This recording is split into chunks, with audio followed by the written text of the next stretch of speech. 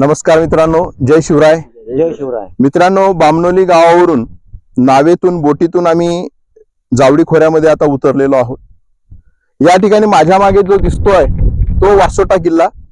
त्याला छत्रपती शिवरायांनी 1660 मध्ये जिंकला आणि त्याला व्याघ्रगड असं नाव दिलं. 5 जून 1660 मध्ये हा किल्ला शिवरायांच्या ताब्यात आला.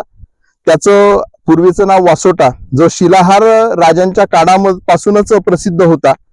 जावडीच्या घनदाट खोऱ्यांमध्ये जे 2 महत्वाचे किल्ले घनदाट वनदुर्ग म्हणून ओळखले जातात, एक प्रतापगड आणि दुसरा वासोटा किल्ला, त्यापैकी अतिशय दुर्गम भागामध्ये वसलेला वासोटा आहे. एखादा वाघ दाट जंगलामध्ये आपल्या शिकारीला टिपण्यासाठी दबून बसतो, त्याप्रमाणे हा व्याघ्रगड लपून बसलेला आहे, जावडीचं घनदाट खोरं.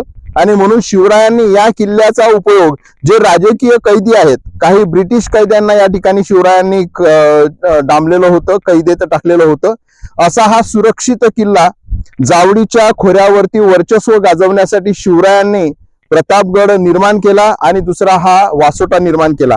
एक आख्यायिका अशी सांगतात की वसिष्ठ ऋषींचे एक शिष्य या ठिकाणी राहत होते आणि त्यांच्या नावावरून याला ते नाव देण्यात आलं. त्याच्यानंतर अपभ्रंश होऊन त्याचा वासोटा झाला आणि 1660 मध्ये शिवरायांनी ज्यावेळेस याला ताब्यात घेतलं त्यावेळेस तो व्याघ्रगड झाला.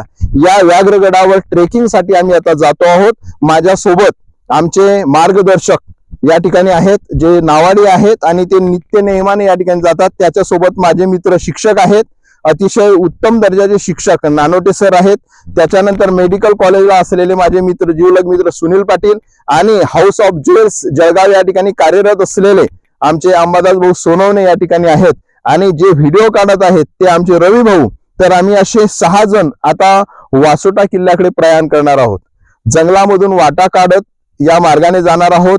निरतिशय सुंदर असा हा प्रवास होणार आहे. निश्चित आपण सुद्धा इतिहास जाणून घ्यायचा असेल तर आपण या किल्ल्याकडे एकदा अवश्य भेट द्या. धन्यवाद. जय शिवराय. जय शिवराय.